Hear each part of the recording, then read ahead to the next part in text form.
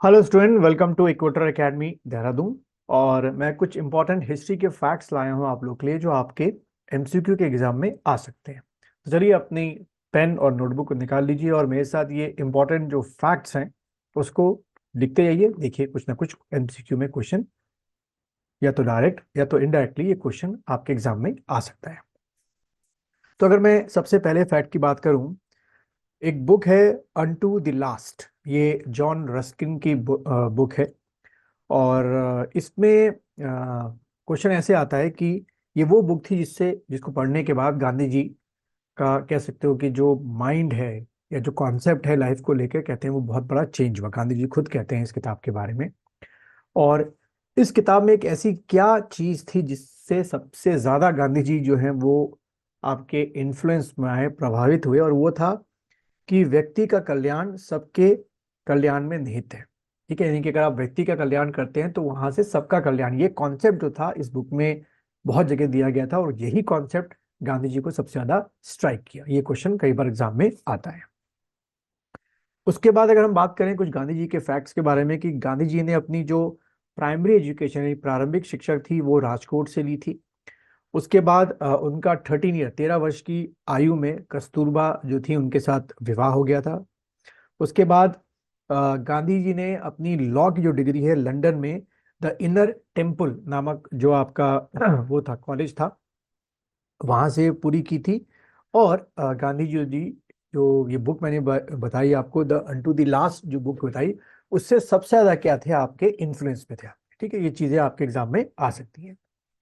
उसके बाद क्वेश्चन क्या आता है कि गांधी जी ने किस जेल को यरवदा मंदिर कहा, तो आपका आंसर होगा यरवदा जेल को। ठीक है, यरवदा जेल को मंदिर का नाम दिया था।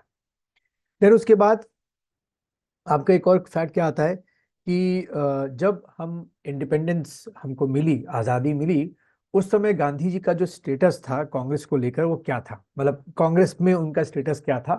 क्या उसके चेयरमैन थे, क्या उसके मेंबर थे, या वर्किंग कमेटी के चेयरमैन थे। तो आंसर है कि गांधी जी जो थे उस समय कांग्रेस पार्टी के मेंबर नहीं थे जब 47 में हमको आज़ादी। उसके बाद जमना लाल बजाज का नाम जो है आपको याद रखना है। क्यों? जमना लाल बजाज जो है वो एक आपके कपड़ा व्यापारी हुआ करते थे, बैंकर हुआ करते थे, और कांग्रेस के मेंबर हुआ करते थे। साथ ही साथ गांधी जी के बहुत ही नजदीकी भी माने जाते थे। उसके बाद किसने गांधी जी को ये एक कह सकते हो सजेशन दिया था कि जब आप वापस आए हैं 1915 में, तो 1 सालों तक गांधी जी को उन्होंने बोला कि आप अपने कानों को खुला रखिए लेकिन मुंह को बंद रखिए। 1 साल तक आप ऐसा करिए तो आपको बहुत कुछ सिचुएशन यहाँ की समझ में आ जाएगी। तो ऐसा जो उनको सजेशन दिया था वो आपके, टिक करके आना, गोपाल कृष्ण गोखले ने दिया था। और गोपाल कृष्ण गोखले जो थे वो गांधी जी के पॉलिटिकल गुरु भी माने जाते हैं। क्वेश्चन ये भी आता है कि इन चारों में से गांधी जी के पॉलिटिकल गुरु कौन थे, तो आपने टिक करके आना है गोपाल कृष्ण गोखले। उसके बाद माउंट बेटन ने गांधी जी के बारे में एक स्टेटमेंट दिया था कि Gandhi ji was one man boundary force. तो क्वेश्चन ये आता है कि इन चारों में से किसने गांधी जी के बारे में वन मैन बाउंड्री फोर्स का जो टाइटल था वो आपका दिया था, तो आपने टिक करना है माउंट बेटन ने आपका दिया था। ठीक है, कई बार ऐसे जो क्वेश्चन होते हैं वो आपसे पूछ लिए जाते हैं। उसके बाद जब गांधी जी की डेथ हुई थी तो ये किसने कहा था कि हमारे जीवन से प्रकाश चला गया है। ठीक है, तो ये स्टेटमेंट जो था वो दिया गया था डॉक्टर राजेंद्र प्रसाद के द्वारा। फिर गांधी जी का अगर हम बात करें, जो पहला सत्याग्रह था, ठीक है, वो इन्होंने मजदूरों को कम वेतन दिए जाने के विरुद्ध किया था। सत्याग्रह, ध्यान रखना, वर्ड ध्यान रखना, मैं मूवमेंट नहीं बोल रहा हूँ, सत्याग्रह पूछ रहा हूँ। अगर आपसे पूछेगा पहला सत्याग्रह गांधी जी का किस चीज के लिए था, तो आपने टिक करके आना है मजदूरों को कम वेतन दिए जाने के अगेंस्ट में दिया गया था। उसके बाद चंपारण जो कि बिहार में है, वहां का मूवमेंट बहुत ही फेमस है 1917 का। प्रश्न या क्वेश्चन ये आता है कि गांधी जी को किसने इनवाइट किया था।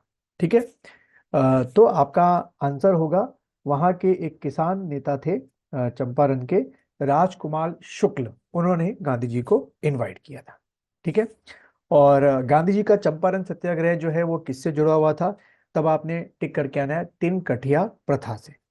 तिनकठिया प्रथा ये हुआ करती थी कि आपको अपनी लैंड पे 3/20, 3/20, 3/20 हिस्से में आपको इंडिगो की खेती करनी होगी, नील की खेती करनी होगी। उस समय नील जो है वो फैक्ट्रीज में नहीं बना करता था और आपको खेतों में लगाना पड़ता था। लेकिन उसके साथ एक निगेटिव इम्पैक्ट ये था कि खेतों में लगाने के बाद वो जो नील था लगभग जमीन को 2 से 3 सालों के लिए बंजर कर देता था। ठीक। देन उसके बाद चंपारण नील आंदोलन के जो इफेक्ट था वो बहुत लॉन्ग टर्म में रहा। गांधी जी बड़े सक्सेसफुल हुए और उसके बाद उनका नाम जो है भारत में बहुत फैला था। ठीक है, ये चीज आपको ध्यान में रखनी है। फिर एक बड़ा इंटरेस्टिंग फैक्ट है जो एग्जाम में आता है कि चंपारण जो मूवमेंट था उसमें गांधी जी के साथ और कौन से दो प्रोमिनेंट लीडर थे जिन्होंने गांधी जी का साथ दिया था। अगर ऐसा क्वेश्चन आएगा तो ऑप्शन में आपको टिक करके आना है डॉक्टर राजेंद्र प्रसाद और अनुग्रह नारायण सिंह।